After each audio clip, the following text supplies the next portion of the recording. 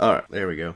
For some reason, the walkie-talkie, I'm using my AirPods connected to my phone to talk to you through Discord, and every time I use the walkie-talkie feature, my AirPods switch to my watch instead. Right. So your watch is like aggressively pairing your AirPods away.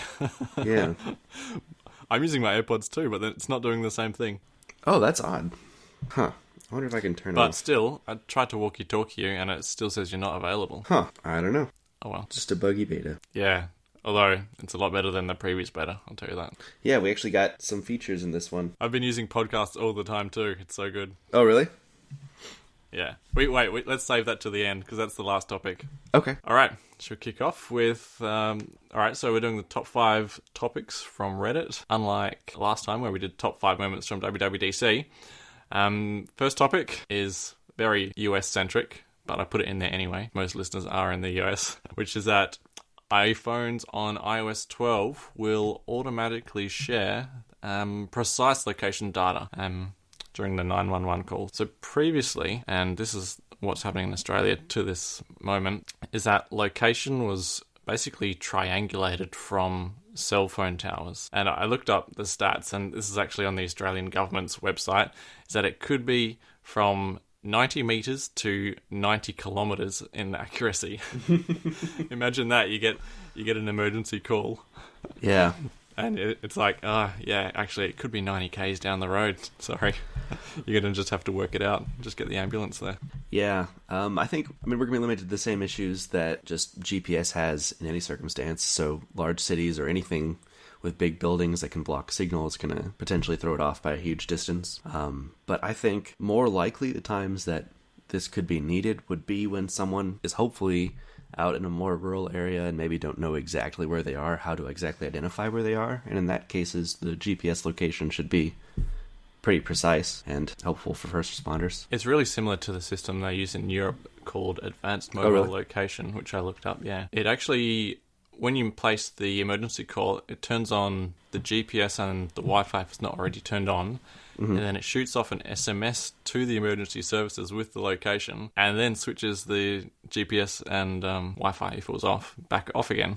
Oh, wow. Which is, yeah. And that was actually implemented in iOS 11.3 as well. So, yeah, the US is just playing catch-up, it looks like, with this service. Actually provided by someone called Rapid SOS, who I briefly looked up, and it looks like they basically provide an emergency services API for anything to connect into, which is pretty neat.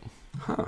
Hopefully it gives the device long enough to triangulate on a more precise location than just getting whatever first location the GPS gives off. I know if I open maps or something, I could be, quite a few miles off my current location, and then it'll eventually triangulate down to a more precise reading.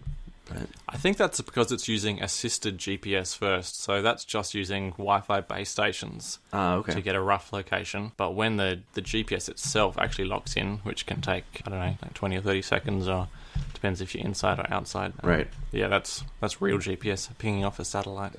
I know the earlier iPhones, at least the first couple, didn't have GPS, so they used cell tower triangulation, which probably somewhere between Wi-Fi base station and GPS locations in terms of accuracy. I remember getting the very first, the original iPhone, and I didn't realize it didn't have GPS, and I tried to use turn-by-turn navigation. And yeah, I was so disappointed. I'd been waiting for that phone for so long. Was that a standard feature you were used to by that point, or?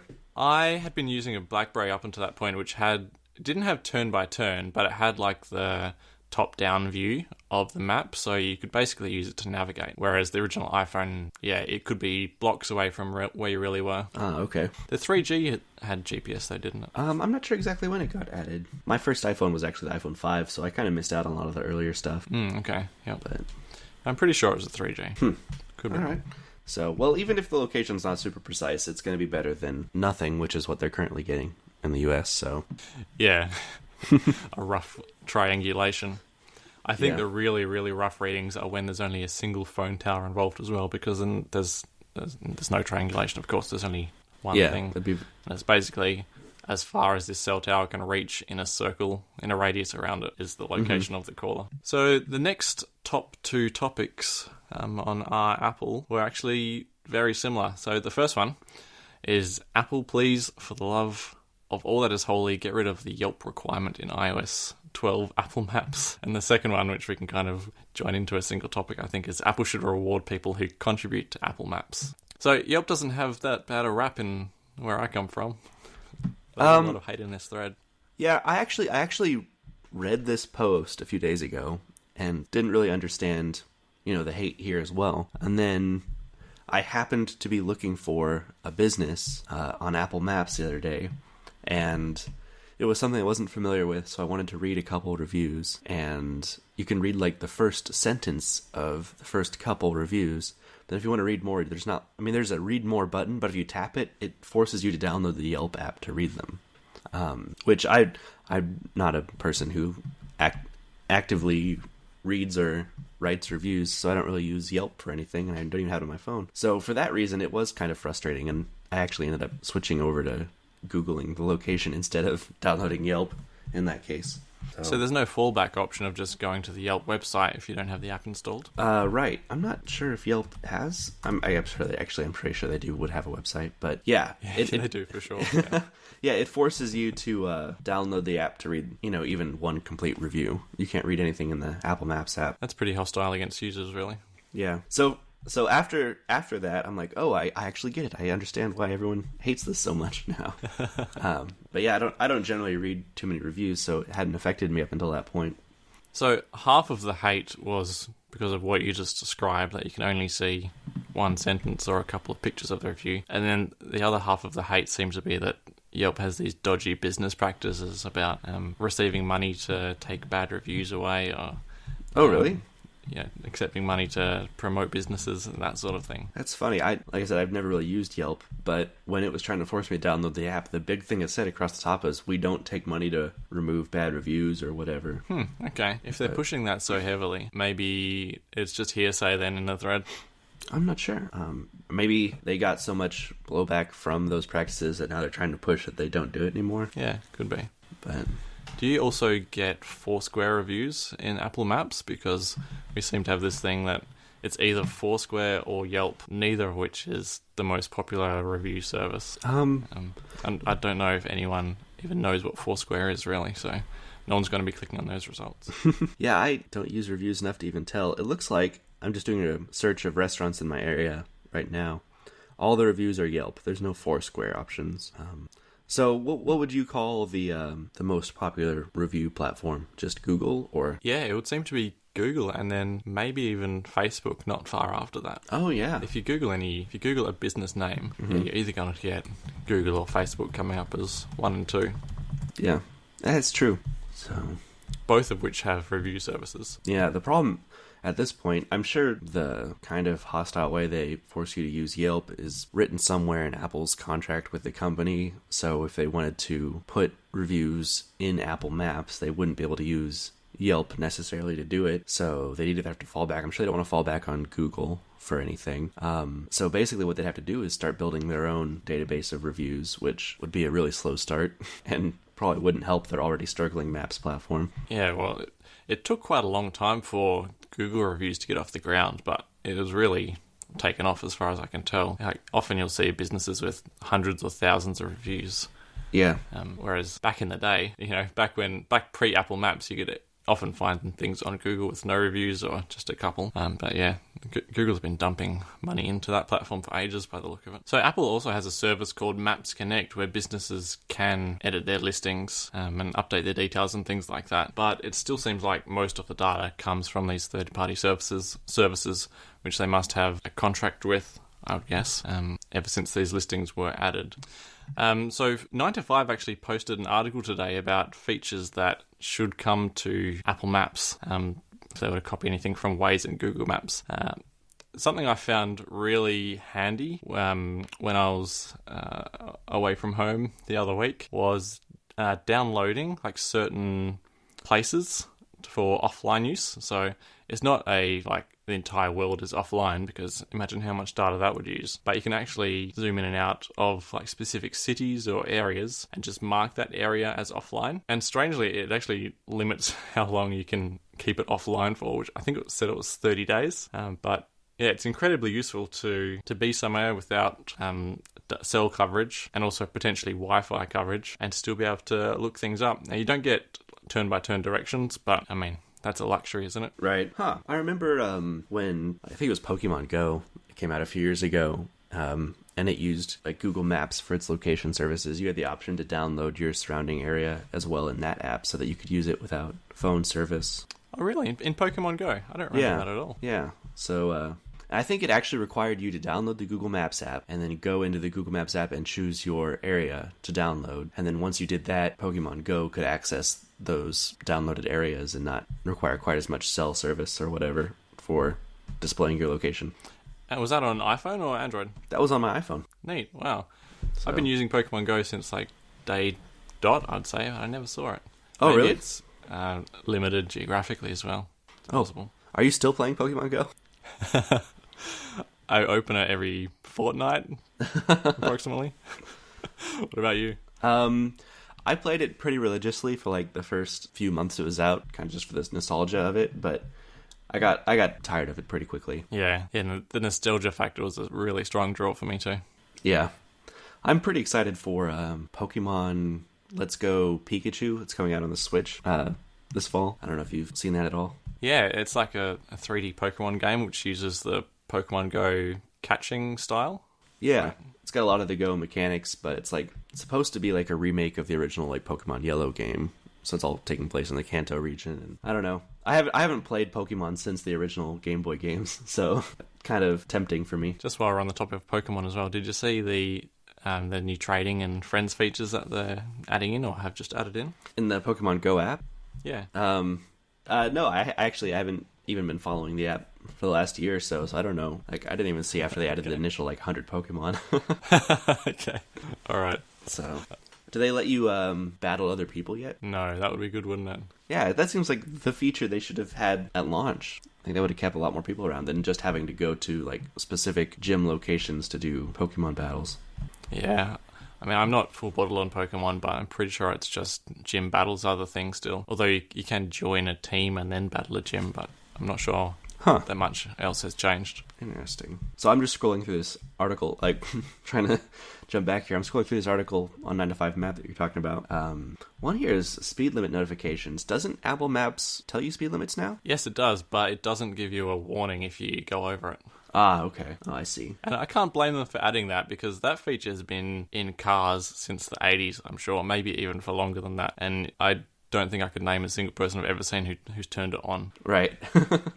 Yeah. Although I guess the ones in cars don't know the speed limit of the road you're on, so one that was on a phone would be a whole lot more useful. I had, I guess this wasn't a stock head unit, but I installed one in an old car I had that knew the speed limits of all the streets and would alert me if I was driving too quickly, which I installed that in my Camaro, so it was a bad fit for kind of a muscle car that I enjoy driving fast in, and also having a system that alerted me if I drive 5 miles an hour over the speed limit. Do you still have a Camaro? No, I don't. Well, I was going to say upgraded, but I don't think upgrade is the right word. I grew up into a family sedan car, so don't we all, though? Can't fit very many kids in a Camaro, so. Are they all two-seaters? So the Camaro, it technically has 4 seats, but the 2 in the back are really, really small and really hard to get to. Yeah, perfect for kids.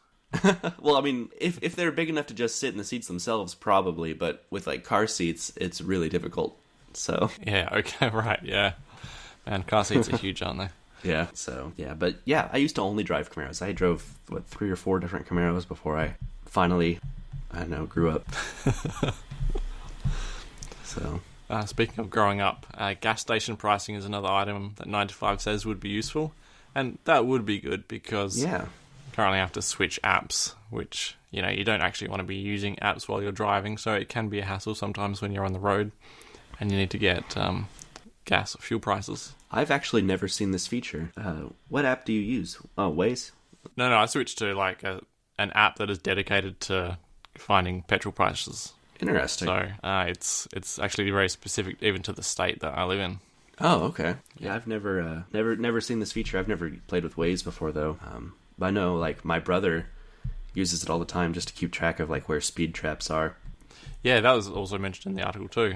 Just all the social reporting, not just traps, but accidents and construction or anything. Yeah, so all that stuff. I mean, maybe at this point, I don't know how interested Apple would be, but they should just buy Waze and then integrate some of this functionality into Apple Maps. Google already owns Waze, though. Oh, does Google own Waze? Dang it. Yeah.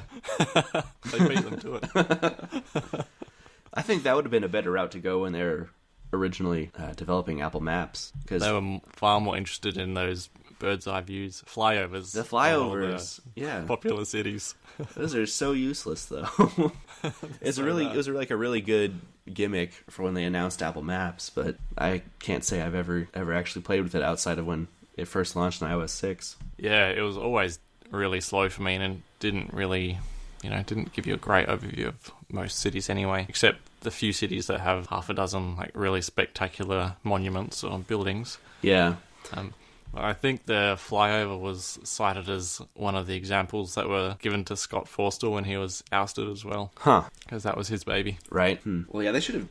They partnered with TomTom, which was already like one of the lower quality GPS manufacturers for their map data, and they really should have... And traffic still comes from TomTom, I'm pretty sure. Oh, does TomTom use traffic or support traffic information? I think TomTom provides the traffic info to Apple Maps. I thought they were strictly GPS and the actual whatever map images, but they could be. I just assumed that Apple generated that information themselves by just tracking iPhone location and speed. Yeah, no, you're probably right. They're probably just getting the actual maps from TomTom. So that makes a lot more sense. I mean, that's how Google does it, so I just assumed that Apple did something similar. Yeah. So, but yeah, they should have definitely gone with purchasing a more established company and like Waze. I don't know how far along Waze was, in 2013, 2012, but I think they could have helped them overcome a lot of issues they had the rocky start with Apple Maps. Maybe introducing a feature like, oh man, this username's terribly hard to pronounce. It is written BWJXJELSBD, who suggests that Apple should actually reward people who contribute to Apple Maps. I don't know how they're going to go about actually rewarding people. I mean, it's not going to be a monetary thing. Google has a massive community around maps, and I'm pretty sure that actually it's in the post, that Google has a thing called a local guide. Uh-huh. So if you do contribute, you get, I guess, a virtual badge. Actually, that's not a bad idea. Maybe Apple needs to introduce some sort of virtual badges on people's profiles. But then they would also have to bring up a whole social platform around maps as well, which is utterly absent at the moment. Yeah. Apple's kind of struggled with their social platforms in the past. Did you ever use Ping? Of course. I try everything that Apple announces. Yeah. I tried at least once. And only once for Ping. Yeah, my extent of trying it was setting it up and realizing no one I knew used it, so I didn't have any practical application for having a Ping account. But yeah. But Google also has, I think it's called Google Rewards. This isn't exactly for map information, but they'll periodically... It's an app you can get on Android, and it periodically gives you like a 5-question survey. And for answering those survey questions, they give you, I don't know, like 50 cents for the Play Store. So if they could maybe use something similar in the maps, where if you write so many reviews, you get, I don't know, a couple dollars for iTunes or whatever. I feel like that could be motivation. Yeah, you'd get tons of people doing it. It wouldn't require... People developing do a things social for network. crazy small amounts of money. Yeah. Yeah, right. So, but yeah. Or just buy a database, like you said before. Maybe something like Yelp or Foursquare. Yeah, I guess that'd be an option too, just to buy one of those companies and integrate their data into Maps. Yeah. So Apple does seem to enjoy going that route recently with buying Beats for their streaming platform. And what else? They just bought Workflow to add into Siri. And yeah, and there are probably dozens and dozens that you never even hear about. But a lot of smaller acquisitions. Disappears. Yeah. So. All right, that's enough talking about maps. I think we should talk about the keyboards. Oh, yeah. Because we haven't done this topic to death either. Well, I mean, this is our chance to say I told you so, because this is exactly what we said was going to happen for the last couple months. Yeah. You could say we called it, huh? Yeah. So there's a keyboard service program for MacBooks and MacBook Pros. So it's the Retina MacBooks and any MacBook Pro from 2016 to 2017. Yep. I'll just give a quick read of what's actually happening. Sure. is that Apple will replace eligible MacBooks, MacBook Pros free of charge, the keyboards free of charge.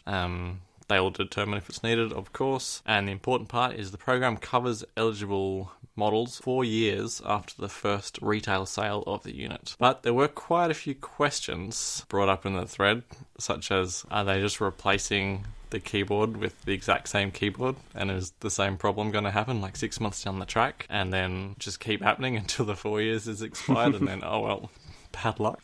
Right. I imagine if they don't find a way to fix this issue and they do go that route, they're going to end up facing some kind of class action issue in the future, saying that this was just Apple kicking the can down the road and then eventually saying it's not our problem anymore. I mean, I could see, I don't think this would be their first option, but maybe even all the way to the point of them offering like severely affected users newer models with better keyboards in the future, if they're not able to find a easy replacement. Yeah, that historically has happened too, doesn't it? Yeah. When someone's had to jump through a dozen hoops because of problems they sometimes end up. So I remember a lot of people talking with the 2011 MacBook Pro GPU issues. A lot of them ended up just getting like newer model, like 2013 MacBook Pros eventually, when like 2 GPU replacements didn't fix it. Yeah, I think I actually had that one as well. And I think I got it replaced out of the warranty period by an authorized reseller, and then I just sold the computer. Nice. Yeah. I had a 2011 MacBook Pro too, but I don't remember having an issue. Although back then, I was like religiously dedicated to the 13-inch form factor in their computers. I thought those were perfect. I thought the speaker grills on the side were ugly. I thought 13 was super portable and it was great. So they didn't have the dedicated GPUs. So I probably wouldn't have run into that problem. Right, because it was only the models with the NVIDIA from my memory. Right. Is that right? It was whatever the dedicated graphics were. I think at that point they were using NVIDIA, so... And since then, we've never seen an NVIDIA graphics card in another Mac. Yeah, I wonder if that's the first time I've heard anyone make that connection. I don't know if that's related, or if Radeon's just been a cheaper option for them recently. I've personally never been a fan of Radeon graphics, so I'd actually rather they go back to NVIDIA in the future. NVIDIA's nearly always been ahead, haven't they? Although it is a seesaw. Yeah, they've always been slightly faster, but more importantly for me, especially in a laptop, is NVIDIA has a history of being better with thermals than AMD. Mm-hmm.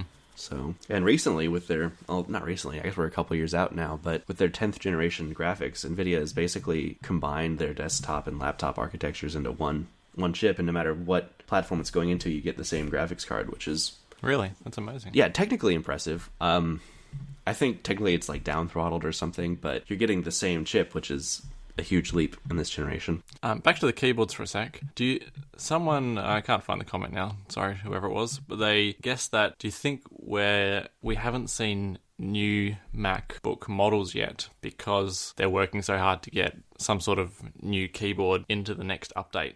My thoughts were that we haven't seen the Mac update yet because they're working on building their own processor for it, and they're trying to get an ARM CPU in there. I think we're pretty close. I think. Do you think we're close to that? Okay. I mean, with Mojave allowing for easy cross transpiling of apps between Mac and iOS, I think that's a stepping stone in the direction of our first ARM MacBook. So, and especially since the iPad Pros, the speeds of the A10X chips and the A11 and the iPhone 10 is rivaling these MacBooks and even beating them in a lot of cases. I think it wouldn't be too much of a stretch to see Apple putting their own CPUs in Macs. I don't think these CPUs are going to be keeping up with something like an iMac Pro or the new Mac Pro, though. No, I don't think we'll necessarily ever see that. But for these lower end consumer facing products like the MacBook itself, an ARM chip I think would serve it better. If they stay on the trend they have been, we're going to have a faster CPU than Intel's Core M chips, probably going to handle thermals better, and they get the advantage of just that slight bit more control on the hardware end, because Intel recently has been kind of falling behind, kind of not meeting their production deadlines like they should be, and I know that's pushed off some releases of Macs in the last couple of years. So I'm sure Apple's getting frustrated with that as well. Yeah, I think they're really frustrated with it. But that would mean that we'd have one line of Macs running Intel and one running ARM. Right. And then developers having to support two code bases unless there was some sort of Well, that's virtual machine running that's Intel apps or vice versa. That's where this. Well, I guess that only really works in one direction. I was going to say, with the ability to easily bring iOS apps to macOS platform, I think that's their stepping stone of allowing one build of an app to run on ARM and x86 architecture. But that really doesn't help for all the established x86 apps that have to be completely rewritten for the ARM architecture. Yeah, that's right. So, but historically, it was all or nothing. Right. I mean, it was all. It was nothing when they went from, was it Motorola originally to PowerPC and then to Intel? Yeah.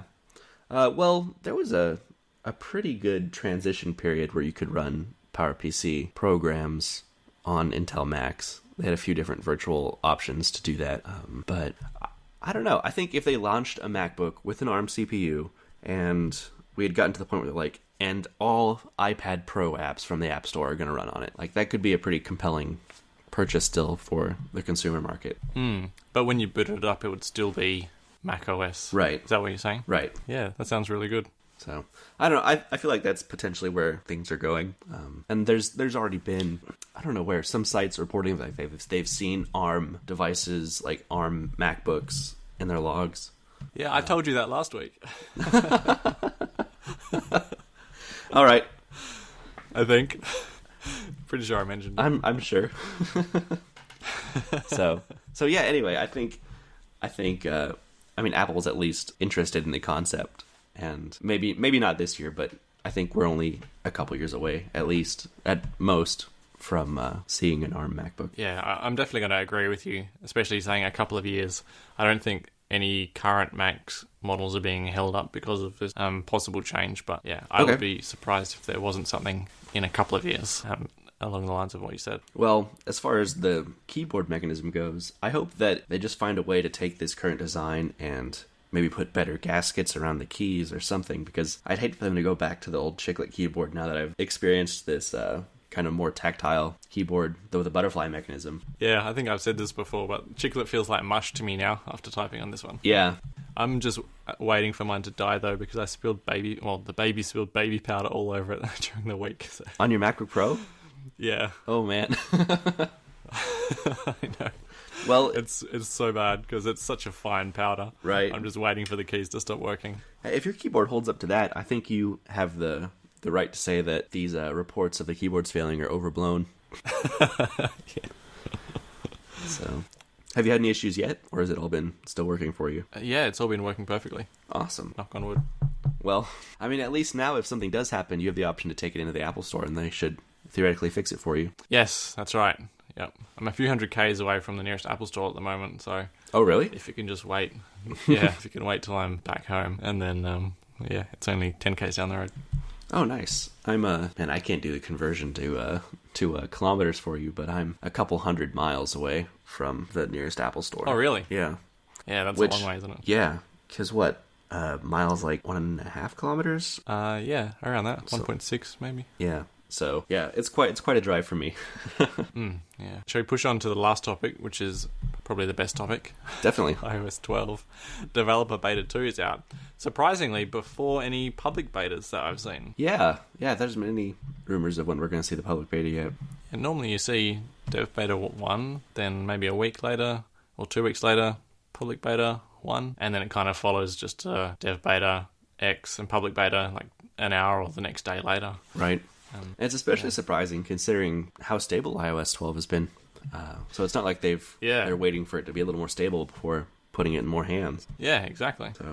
So the few things I've noticed in Beta 2 on the iPhone is that Face ID is incredibly fast. Yeah. Yeah. Have you noticed that as well? It wasn't like readily apparent to me when I was using it that it was much faster, but if I actually pay attention and watch like how fast the unlock animation unlocks, it's definitely obviously faster. So was it an incredibly noticeable increase for you? Yeah, it was really apparent. Huh. Maybe it's something about my face. I mean, I don't know. After having the iPhone 10 for, I don't know, has it been 7 months now? 8 months? Mm-hmm. I've gotten, I don't know, like before this I was used to like sticking my phone on the Touch ID, or my finger on the Touch ID center as I was pulling my phone out of my pocket, so it was all unlocked when it gets to my face. And I feel like I've gotten into a similar rhythm with iPhone 10 where I'll glance at it and swipe up to unlock it before I'm even fully engaged in the phone. So to me, I just look at it and it's already on the, I don't think desktop's right. Springboard, I guess is what it's called. The springboard for apps. Yeah. Took me a minute. Yeah. Home screen? Yeah, the home screen. So, but yeah, I've kind of gotten into a flow with it where I don't even consciously realize I'm unlocking the phone anymore. So maybe it was my face then, because my experience was, I pull the phone out, look up and look at it and swipe up, and then you'd kind of get that frosted screen with the little Face ID animation going, and then you would be in.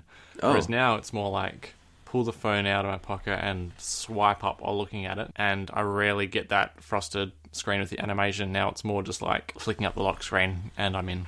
Yeah, that's basically, and only since the developer Beta 2. That's been my experience the entire time, even with iOS 11. I haven't had it really sit on that frosted screen very often, so that's interesting. Do you change your appearance very often? Do you shave or something? Well, I shave, but well, I wouldn't say it drastically changes my appearance. Right. Huh. Yeah, it's very strange. I feel like I change... Maybe it's because I changed my appearance so much. It's become a little more lax on what it considers a match. Because I go back and forth between, like, a beard and clean-shaven and a goatee, and I wear my glasses, like, 50% of the time, and I wear contacts the other 50% of the time. I have quite a few different hairstyles I go with that aren't very similar.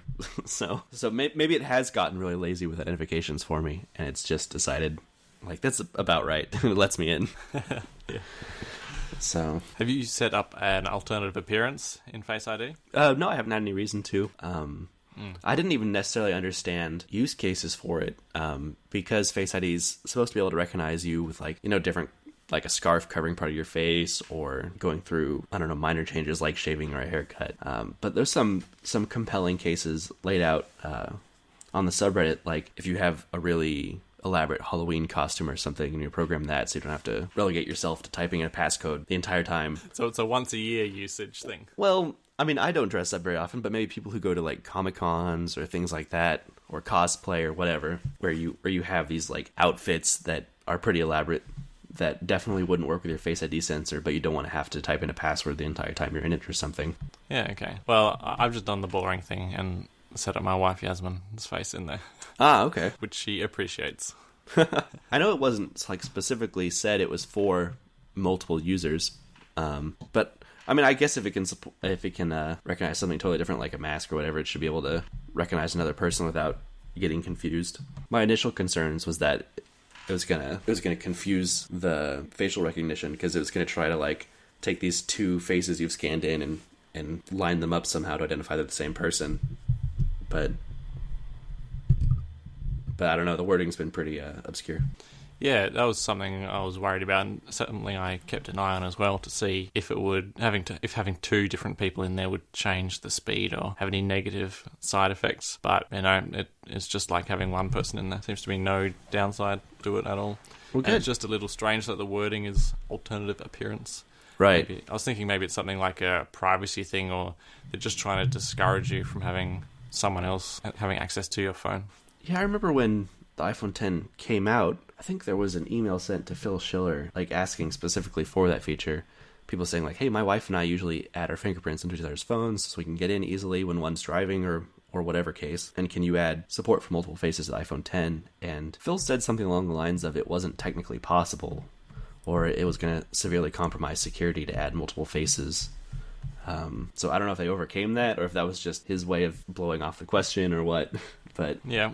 So the other thing that is supposedly coming to Face ID, according to WWDC, is that it's rotation or device angle agnostic. You can Face ID upside down. Oh, really? That's still not in... Yeah, that's still not in this beta, though. Can't use it sideways. That would be awesome. There's definitely been cases where, like, my phone's been in landscape or something and I wanted to either verify a payment or something without having to change orientation. So yeah, it's nearly always when I'm using Safari and landscape and then have to autofill a password, and you've got to bring your phone up and then put it down and all that. I set my... but stability... Sorry. Oh, I was going to say I set my phone on a vertical charging dock, like while I'm at my desk, to have YouTube video or whatever playing, and having to unlock my phone always means picking it up off its charger when it's sitting in landscape. So oh, okay. Yep. Yeah.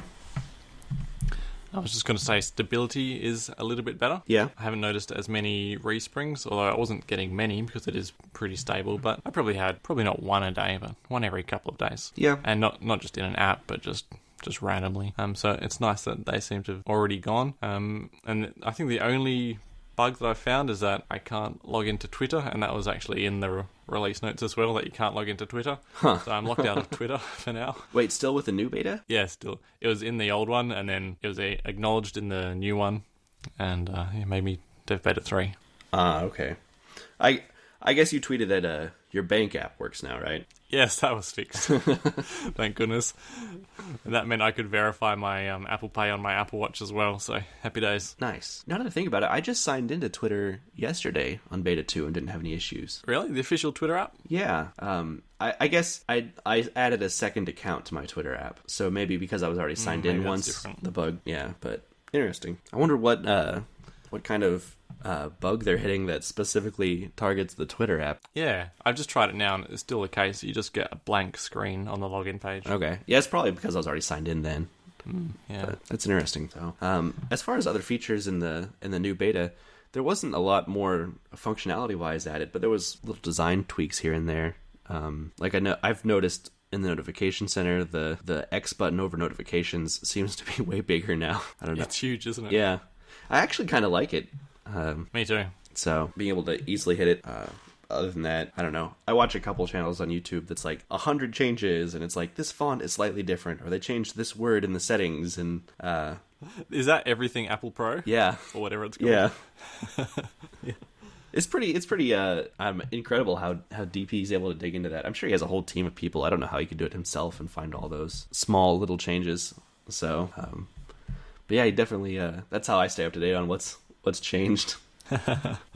I'm usually just on 9 to 5. They do a pretty similar sort of thing. Yeah, they Maybe do. Not quite as in depth, but they're usually pretty good. I'm just getting into reading 9 to 5. I've been pretty religiously a Mac rumors reader, and I've been trying to give 9 to 5 Mac a chance here too, just so I can have even more, I don't know, a more in-depth background on Apple stuff and keep up with more news. I don't know. I was exclusively Mac rumors, I think, pre-iOS 10, but I just found that the 9 to 5, I guess, quality was a little bit higher, production quality on things like the videos they do, and they're ramping that up too.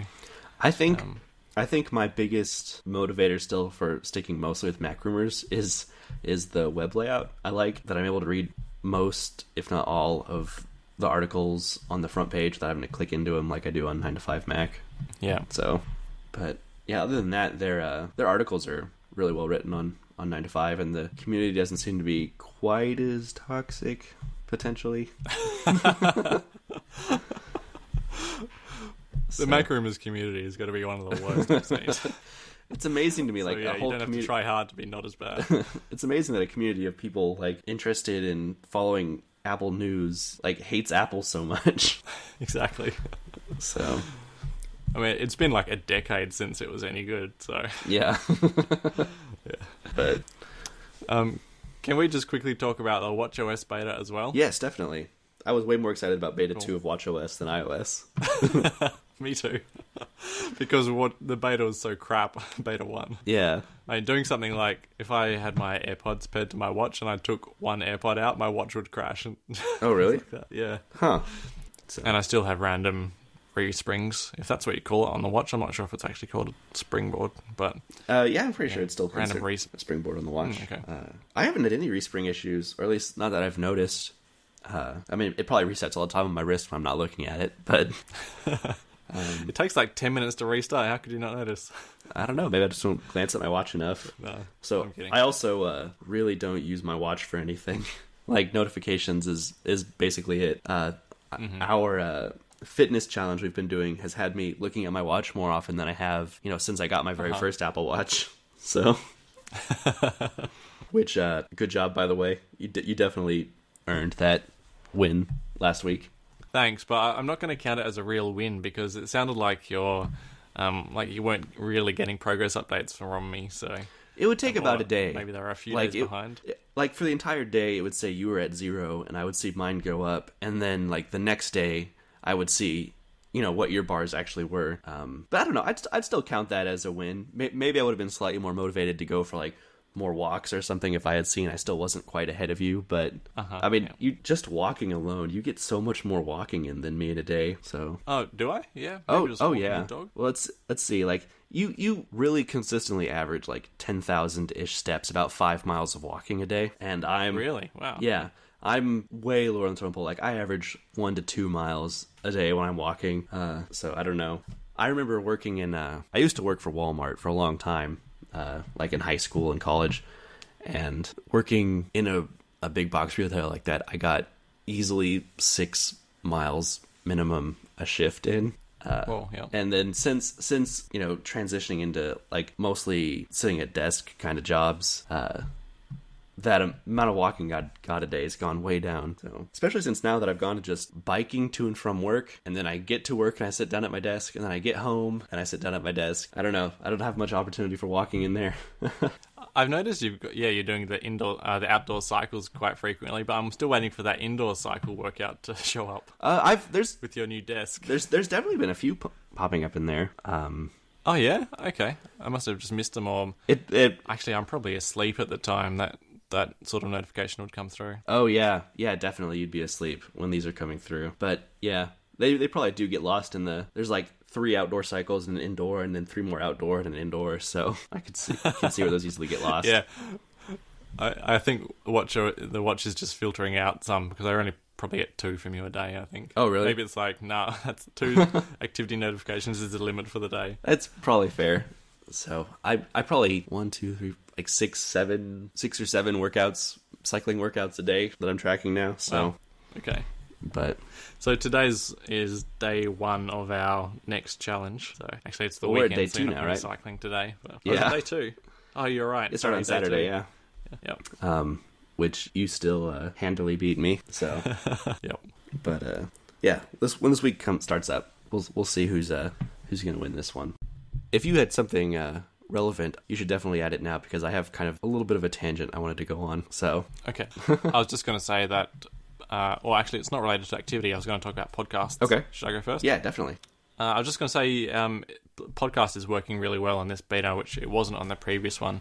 The app would crash a lot, and oftentimes the shows kind of weren't cached on the watch. Mm-hmm. But now they do seem to be. So I haven't seen the app crash yet, I think. And it does seem to quite successfully cache all your unplayed episodes on the watch, because I often don't have mobile data when I go out with my watch at the moment, and I can still play the episodes. The syncing between the phone and the watch, like the playback position, right, also not too bad. It's probably better than I expected even. Huh. And yeah, it's just good. I feel liberated from my phone. Now I have podcasts on the go. There's no more reason to take my phone out of the house. Maybe I need to get into that more. I don't go anywhere without my phone, so I haven't had much of a reason to try to use this dedicated podcast app yet. But I guess I don't really have any reason to carry my phone everywhere now, that I can get phone calls and text messages on my watch, and I can carry around my music and my podcasts, and yeah, I guess there really isn't any reason. Exactly. I need to actually like do a challenge like you did, and I just put my phone in a cabinet for a week and live on the watch. And now screen time is there. You can actually see how successful you are at doing that as well. Just this last week, I've destroyed it. My average of, I think, did I say last week I had an average of picking up my phone every 8 minutes for for the entire 7 days that I first had iOS 12. Well, I've got that down, so it's more respectable now. All right, I'm going to try to look at screen time now. Oh, I haven't opened it since the new beta, and it's giving me a splash screen. Hopefully that doesn't mean that it hasn't been recording. Yeah, actually, mine reset when I had the new splash screen. Let's see. It just says screen time will be reported here. It might eventually populate, but I'm sure it'd be pretty embarrassing. Let me know next time. Okay, definitely. So what was your tangent? Okay, so this is, pretty unrelated, but you're like the person I know I can tell who would hopefully share some of my excitement about this. So we can call this kind of story time. All right. My glasses broke a few days ago, just from playing with kids, and the arm gets bent and eventually snapped off. So I needed to get new glasses, and I decided I wanted Steve Jobs glasses. And so I looked up his glasses, and they're made by this luxury designer in Germany called Lunar. And they had one retailer who's a couple hundred miles away from me. But I called up the retailer and said, this is the specific type of frames I want. And Lunar has one pair of those frames in the entire country. and this retailer ordered them in for me, so I get actually Steve Jobs glasses next week. Oh, that is insane. Yeah. I just googled a picture of them just to remind myself. So yeah, they're actually looking pretty in fashion. Like, everyone's wearing these round glasses at the moment, so I think you're gonna look pretty good. Well, thanks. I've actually, I think it was like 2010. I got really similar glasses to Steve Jobs with the round rimless design. They weren't exactly his. They weren't the same brand. But I've been mostly just wearing those for the last, what is it now, 7 years. So I'm already really comfortable in the round frame design, and that's kind of my look. So I'm excited to have the actual glasses, though. What are the odds that there's just the one pair? I have no idea. Maybe that's the frame retailer trying to get me more excited to buy them. I don't know. Yeah, it could be. Because you definitely got pretty this common tactic. Huh? Yeah, these things are like, I don't know. I think of like renting a house. Like, oh, we actually have someone else who wants to sign the lease right now too. And like, well, then just give it to me, or whatever. But or Booking.com. Yeah. 45 people have booked this room in the last 2 seconds. Yeah. So I don't know, but whether or not it's true that there's one pair of those frames in the country, I'm still excited to try them out. I'll have to send you a picture when I get them. But yeah, for sure. You could have always hit me up as a German supplier since I'm in Germany. Maybe. I don't know if maybe it'd even been cheaper to actually buy them from the company directly in Germany and ship them in. Well, man, I just looked up. There's actually a supplier in the town I am at as well. Oh, really? Yeah, who knows if they've got the right pair, though. It's probably just a supplier, not the actual company. Yeah. It's kind of I don't know, it doesn't seem like many people carry this frame anymore, so... Do you know since when did he wear that specific model of glasses? I want to say early 90s? It could have been even earlier than that, though. I'm trying to Google it now. That's pretty cool that they still make them. Yeah. Oftentimes you'll probably find that you couldn't buy them new anymore, or, Right. That model was stopped 5 years after they started making it. I mean, I know... Do they know that they're Steve Jobs glasses? That's what I'm wondering. Yeah, I was going to say, I know when Steve Jobs died in 2011, some of the big retailers that carried that brand, like, specifically marketed them as Steve Jobs glasses and got a bunch more in stock. And were apparently selling out of them, too. Everyone wanted a pair. Okay. So I think, I don't know, maybe for that reason alone they're being kept around. Apparently they were kind of custom made for him. Like, the frames existed, but they weren't made with round lenses, and he specifically requested them. So what's the ETA, do you know, of their arrival? Next week, pretty quickly, actually. Oh, nice. Yeah. All right. Yeah, definitely send a picture through when they arrive. All right. I'm putting a picture in the Discord channel here. This is when I got my first pair of glasses, like, in high school. That's amazing. That's so good. Yeah. It's the cover of the book and everything. Uh-huh. That's the one by Walter Isaacson, isn't it? Yeah. Yeah. So, yeah. That's great. But I'm pretty excited. Thought I'd share it. Yeah, well, I'm looking forward to it. Thanks. I'll wait until next show. All right. We can talk about it some more. All right, cool. Should we call that a wrap? Yeah, definitely. All right, well, I guess I'll talk to you in a couple weeks. Yeah, for sure. Catch you later. Bye.